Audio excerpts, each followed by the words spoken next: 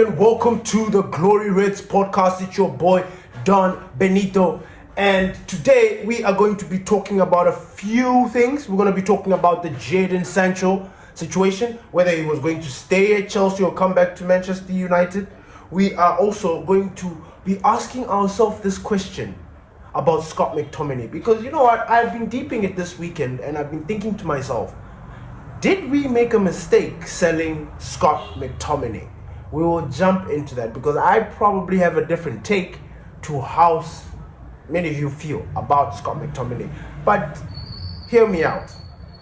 And last but not least, we are going to talk about the 10 players. You know, there are always players that are up for sale in the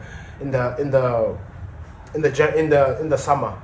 But there are 10 names in Manchester United of players that need to be gone in order for us to begin our rebuild. And let's get into it. But before we get into that, I want to remind you guys that we are now back on Spotify. Video, audio, catch us there. We're gonna check the link under the description, and let's do this. All right, Jadon Sancho. What are we going to say about Jadon Sancho? Look, you guys know, if you go back and look at our videos, you know that I am a very disciplined guy. I do not mess around when it comes to discipline. So Jadon Sancho's story, when it was buzzing around, like, I got annoyed because I couldn't help but ask myself certain questions about Manchester United. Number one, why is it that Manchester United, with everything, be it transfers, be it players, be it scandal, be it drama, whatever, everything with Manchester United is just blown out of proportion. Everything. Jadon Sancho's situation, his saga was blown out of proportion when it wasn't really a big deal. So we eventually get rid of Jadon Sancho. He goes to Chelsea. Freedom, as you saw on the social media. He was all about freedom. Fine. He goes there, the first couple of days or the first couple of weeks in his new home, he performs. Everything is jolly good. Everything is A-okay. You know, provides an assist here, provides an assist there, a goal there, a goal here. Basically, just doing what he had been doing at Manchester United while he was not either playing, fighting with the manager, or whatever. Like, literally, he has not done anything. And in all those things, like, from that time right up until now, in that beginning stage when he was scoring and assisting whatever goals that he was, from that time right up until now, it has been 18 games since Jadon Sancho has registered an assist or a goal. Now, I'm not going to sit here and start saying we told you so, because we did. We said that Jadon Sancho is a street baller. Like, this guy will only perform at certain times. He's not world class. And which is why I wanted to get rid of him. Because at Manchester United, you need players that are very consistent. That is the deal. You need a Bruno. You know what I'm saying? Bruno is consistent in the fact that he's always available. There are not many times where Bruno is injured, or Bruno has got an issue, a cold, or Bruno's not playing because of something. Nah, Bruno is either not playing because he's seriously injured, or he's booked, or he's serving a suspension. Other than that, Bruno's always fit. Now, I'm not trying to say that, I'm not trying to compare Jadon Sancho to Bruno, but I'm just saying that with Jadon Sancho, with all the hype that comes with Jadon Sancho, you'd expect more from him. You'd expect absolutely more from Jadon Sancho. Not these part-time jobs that he's doing, these piece jobs that he's doing on the pitch. Like, nah, it doesn't work like that. You need to give 100% every weekend. Like, that's how football is.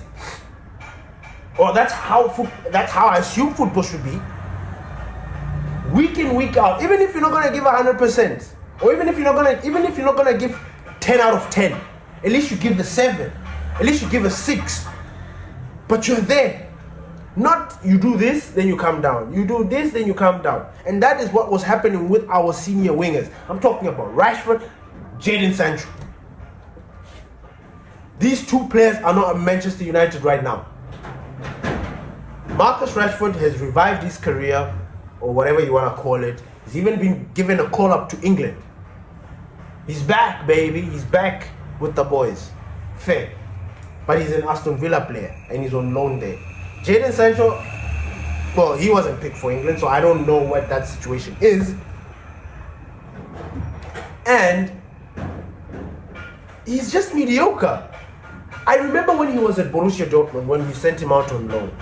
And I remember that Champions League game that he played. If I'm not, correct me if I'm wrong, and I'll even look for this stat because I need to put it. In that week, that Champions League game week, Jadon Sancho was the best player. And this is in one game.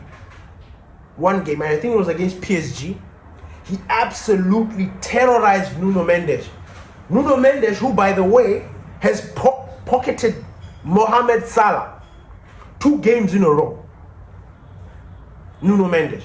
While Jadon Sancho was busy toying with this defender that time. He was absolutely brilliant. And I'm not even going to sit here and say, nah. During that game, Jadon Sancho was shining. His star was shining bright. But that's just how it is. That's just what it was. It was just that moment, just that game. This new generation of players make me sick because it's like you can only get, out of 10 games, you probably get 4 outstanding games from them. The rest are just going to be mediocre. This is what I just can't deal with. If I take it back to the mid-2000s, Premier League, the times when we were Dennis Bergkamp, the invincible Arsenal, that's Alex Ferguson with Wenger, when Mourinho came in, the Premier League was crazy, was wild. Football was good at highest level.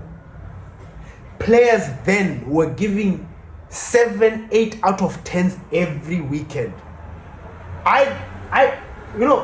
For the longest I've lived and watching Arsenal, I'm just gonna give an example of somebody that's completely Thierry Henry. I watched Arsenal games because of TT. TT was one of those guys that, listen, this guy you're facing him, it's gonna be a problem. It's a mission. I can tell you right now that I remember TT playing, and there was no game that I saw TT give 6 out of 10. Never. Thierry Henry? Never.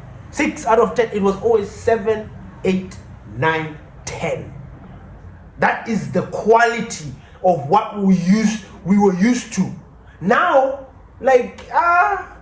this one can perform this week. Next week he can decide to take a vacation. That's the problem that we're having. And I remember at the time when I was telling people, listen, let's get rid of Jadon Sancho. First of all, he's not disciplined, and second of all, he's not all of that. He's okay. If we had bought him for 20 mil or 30 million at the time, I wouldn't have been screaming. We probably wouldn't have been having this conversation. But the fact that we bought this player for about 75 million, for him to come here and take a piss at Manchester United is something else. To continue taking a piss at your parent club. When Marcus Rashford leaves, goes to Aston Villa, you post freedom.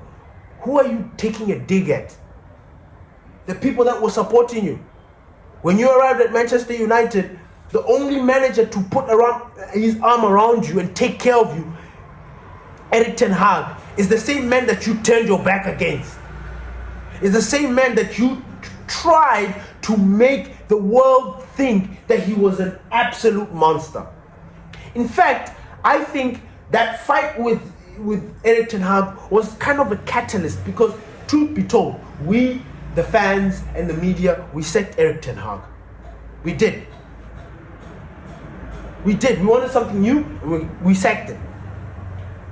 Now, Jadon Sancho went to Chelsea. with the hopes of him reviving, and the rule, and this is what I was saying, why is it that when it comes to Manchester United, it's only United?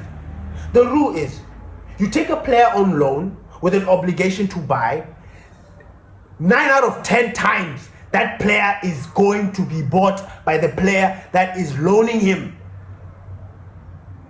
When you add that obligation to buy, this player, you know, like we don't commit, like we don't say that nah he's going. We just already know in between the lines that with an obligation to buy, we know that nah, this guy after this, bye, adios. We're not gonna see him again.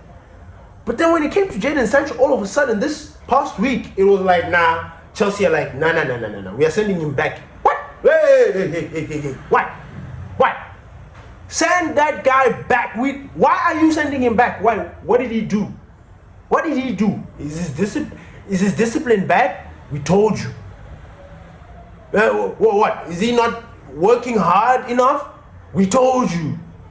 But now you wanted Jadon Sancho, you wanted to give him a chance. You wanted to prove a point to the world that nah, it's not Manchester United. Nah, it's not Jadon Sancho. It's the manager. It's the club. That's how I'm deeping it. And it has backfired spectacularly. To the point where Chelsea are thinking of, let's send this boy back, like we don't need him. No, we don't want him. Keep him. Keep him. Please keep him. We don't. What? Now, I don't want Jadon Sancho to come to Manchester United and complicate already what we have going, because the life that we're going through right now is already difficult. Now you bring in Jadon Sancho, it's going to make things worse. So, Jadon Sancho, bye, and thank you, Chelsea, for confirming that you guys are permanently going to take this guy. Because my heart was in my stomach when I heard that this guy, like Chelsea are like, and you know what's crazy? The fine, like if Chelsea decided to break this obligation rule, right? The fine is about 5 million or 6 million or something like that. Cheap. Chelsea were willing to pay that thing. They're like, nah, send this guy back. We are going to pay that money. It's nothing. They can.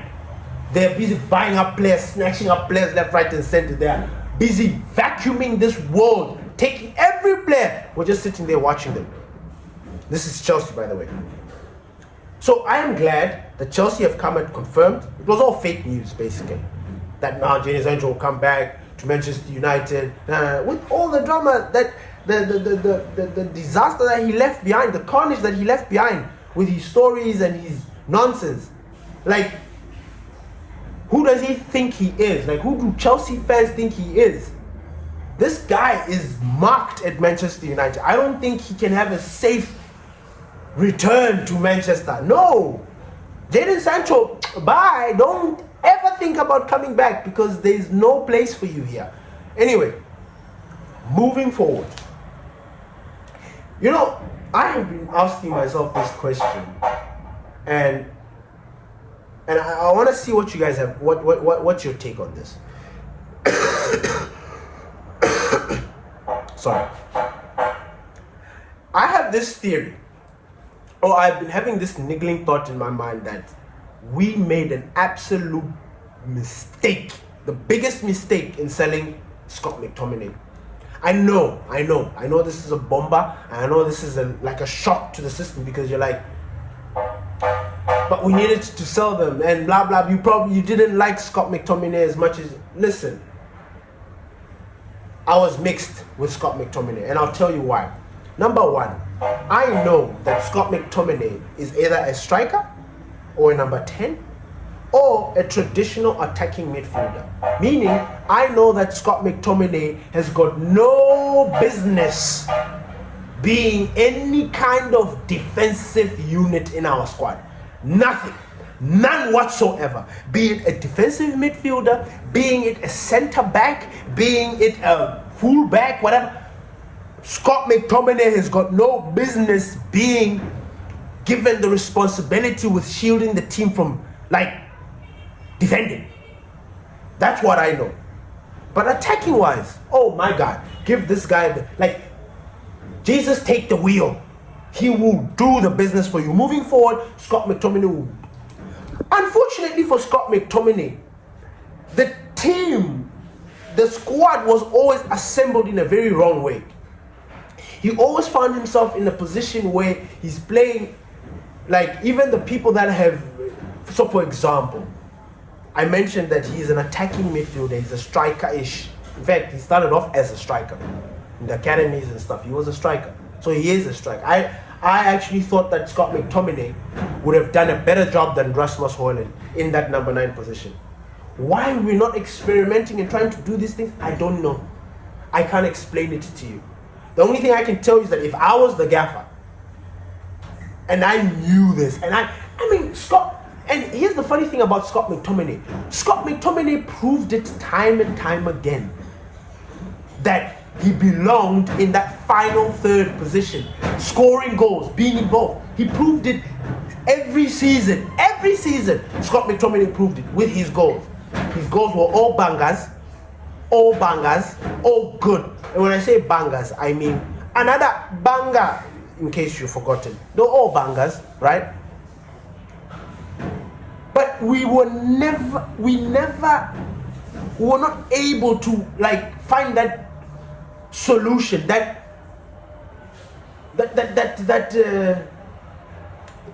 je ne sais quoi, that you know what I'm saying, that thing, I can't explain it.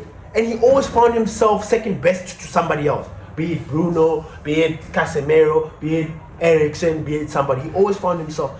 But there's one thing about Scott McTominay that echoes throughout. Like, Scott McTominay is a bloody hard worker. Scott McTominay fights. He is that kind of player. He's the kind of player that leaves it on the pitch. Blood, sweat, tears. That's what Scott McTominay is all about. That is why Scott McTominay is getting the praise that Diego Armando Maradona used to get when he was playing for Napoli. Scott McTominay is getting that kind of praise in Italy, by the way, just so you know. He is involved. He has become a cult hero in Napoli. They are likening him. Obviously, he will never be Maradona. Never. I mean, I'm not a fool.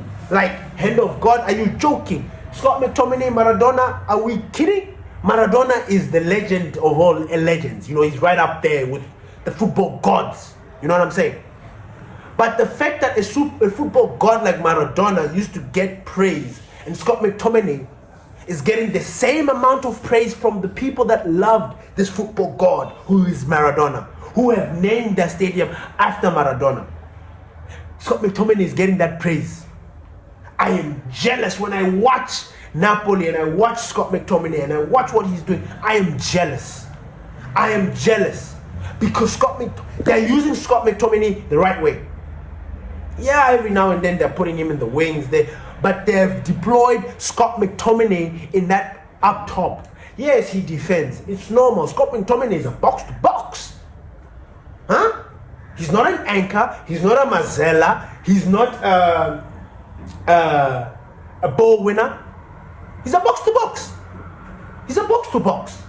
He's a box to box all day, every day. And his defensive duties, I mean, he doesn't really have to, but he will always get in that mix. Now, at Manchester United, he was being deployed as a defensive midfielder with McFred. With the famous McFred, him and Fred. Fred, again, is also a box-to-box. He likes to run up and down. He likes to be a nuisance. He wants to bite around. Scott McTominay, Fred, same profile of player. Different height, different races. But the same. So that's why we used to struggle, because Fred never used to like to sit. Scott McTominay never used to like to sit. And if he does sit, he gets run over. It's like he lets people through. But then watch Scott McTominay bulldoze going forward. Watch him. It's a different player. And I blame Manchester United because we never ever found a position, or we never ever tried to explore or experiment in that regard. Scott McTominay. Now, we needed to sell players. Based on the disaster that's unraveling at Manchester United right now, we needed to sell players. We needed to. Pure profit was that thing. Remember when I talked about pure profit? Pure profit. Players that are coming from the academy have been there throughout those guys. The money that is taken or that is made from those sales is pure profit. It goes directly back into the club. So if Scott McTominay was sold for 25 million, there's nothing that's going to be cut that needs to balance the books. No, it goes straight. It goes straight into the money. And that's what we needed to do. And this is the situation that we're in. And this is the kind of annoyance that I have with Manchester United. We sell players that we shouldn't sell. Keep those that we shouldn't keep. And then then we blame ourselves. Or I don't understand. But we are always finding ourselves in this situation where we do stupid things, stupid decisions. You look at Wan-Bissaka. I'm sorry. Wan-Bissaka, I've watched him for West Ham this season. And I couldn't help but feel like I've been robbed. Why did we sell Diogo Dalot? Why did we sell Wan-Bissaka? Because when you look at what Wan-Bissaka is doing, he's doing the job that Dalot is supposed to be doing. Now that's a topic for another day. So, did we make a mistake in selling Scott McTominay? Honestly, when I think about it really, really deep, for a very long time I was thinking nah. Because I was thinking we needed the money, we needed to bring in Ugarte, we needed to bring in, you know what I'm saying? For the longest time I keep saying that. And I was also trying to see how Scott McTominay was going to fit into Ruben Amorim's system. The more I see Ruben Amorim's system, the more I see Scott McTominay fitting even more. Unfortunately for us, or unfortunately for people, they don't want to see Scott McTominay as that attacking option. I think that's where the discrepancies come in. They see Scott McTominay as a midfielder because he's tall. He should be like a defender. He should be somebody that is, defensive unit. Nah, he's not that. That boy loves to score goals and he scores bangers. So, did we make a mistake in selling Scott McTominay? Absolutely. Absolutely. We could have found the funds to do something else. We could have sold Casemiro. Because Casemiro, look, he's still here. We're still paying him all that money. That money, all that his salary, right? His wages, and him off the record books. That could have easily paid people. That could have easily helped us get some money. Eriksen, but I understand. Like I said, pure profit. Money was coming direct. So in that regard, Manchester United did make a mistake. I'm sorry. The more I deepen now, the more I look at our midfielders, the more I look at our squad, the more I think back on the stories I heard about Scott McTominay. Brilliant stories. I've not heard any negative story about Scott McTominay. His work ethic, the way he trains, the way his attitude is, it's all top. And with that, and I remember in some episodes I said, listen, like we want to get rid of Scott McTominay, but have you heard about who's leading the training sessions? Like the people that are producing the highest level when it comes to training, who are training at the highest level. Scott McTominay was always there. Always. And now then you think about all the nonsense that we've been hearing. People coming late, fines for players coming late, fines for players not doing this, not training well, players complaining to the gaffer, saying that they're training when clearly they're not, all these stuff. And then you think about every time you hear a story about Scott McTominay, there is no scandal whatsoever. He's just on it. Everybody has got nothing but high praise for Scott McTominay. With that being said, absolutely we made a mistake. We made a mistake. We sold the one true Mancunian player. Like, the way I'm talking about him, I'm really putting him in that bracket of he could have been a captain. for Manchester United. And this is very strong praises. And I'm not kidding. I'm not taking him back. I'm not that guy. We can have a debate and conversation, but I'm not going to take it back. I'm saying what I'm saying because that's how I feel. And I believe that Scott McTominay was truly Mr. Manchester. Him and Bruno Fernandes were always available. The problem with Scott McTominay's situation is that we just couldn't find a position. We refused to be flexible. We refused to bench Bruno when he's not playing well. We refused to move Bruno, put him in another position, put Scott McTominay. We didn't do it. Erik ten Hag didn't do it. Ruben Amorim didn't do it. Jose didn't do it. Ole didn't do it. We didn't do it. Nobody did it. But we're always talking about, now this guy is a striker. This guy does this. He started like Scott McTominay was screaming at us. I'm a striker. I'm an attacker. Use me all the time. And we just never, I guess we couldn't care less. That's how I see it. How did we let Scott McTominay, I'm jealous, man. I won't lie to you. But again, it is what it is. I'm not sitting here saying and crying about Scott McTominay we need him. No. I was just thinking about Scott McTominay the other day. I was watching, I think, Scotland. I was also checking readings.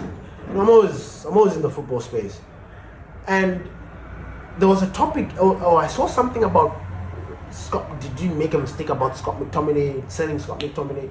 And when I read that question out loud, it hit me. I was like, yes, we did. And I'm like, whoa, why am I saying that?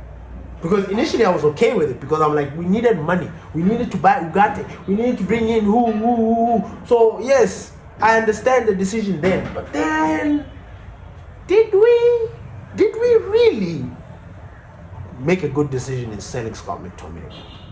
That's when I started processing everything, and then I realized that no, listen. Regardless of what people want to say, Scott McTominay was an asset for Manchester United. And now there are so many stories, everybody that they're annoyed. They're shocked that Manchester United got rid of Scott McTominay. That should say a lot. That should say a lot about what that player used to bring in Manchester United. So that's pretty much what I wanted to talk about. What do you guys think? Do you think that we made a mistake selling Scott McTominay? If not, please leave your comment below and let's have a discussion. Because I honestly think we did. I truly believe so. And with Jadon Sancho, do you still want him back at Manchester United or not? Because, hey, I already said bye. So, bye. I don't want this boy back at Manchester United. No. I don't want his attitude. I don't want any of it. We supported this player since he arrived. We were excited, first of all, when he came to Manchester United. Let me even take it back further. We were excited when we were linked to him, right? Excited that we were bringing Sancho. Excited and couldn't wait for Sancho to do his thing. He was supposed to be our right winger. Comes into the team, plays on the left wing. What? What's going on?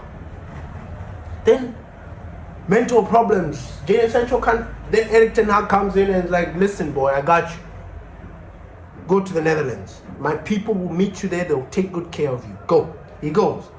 Comes back fresh from his sabbatical. Come into the team. Let's train. Let's play. Boom.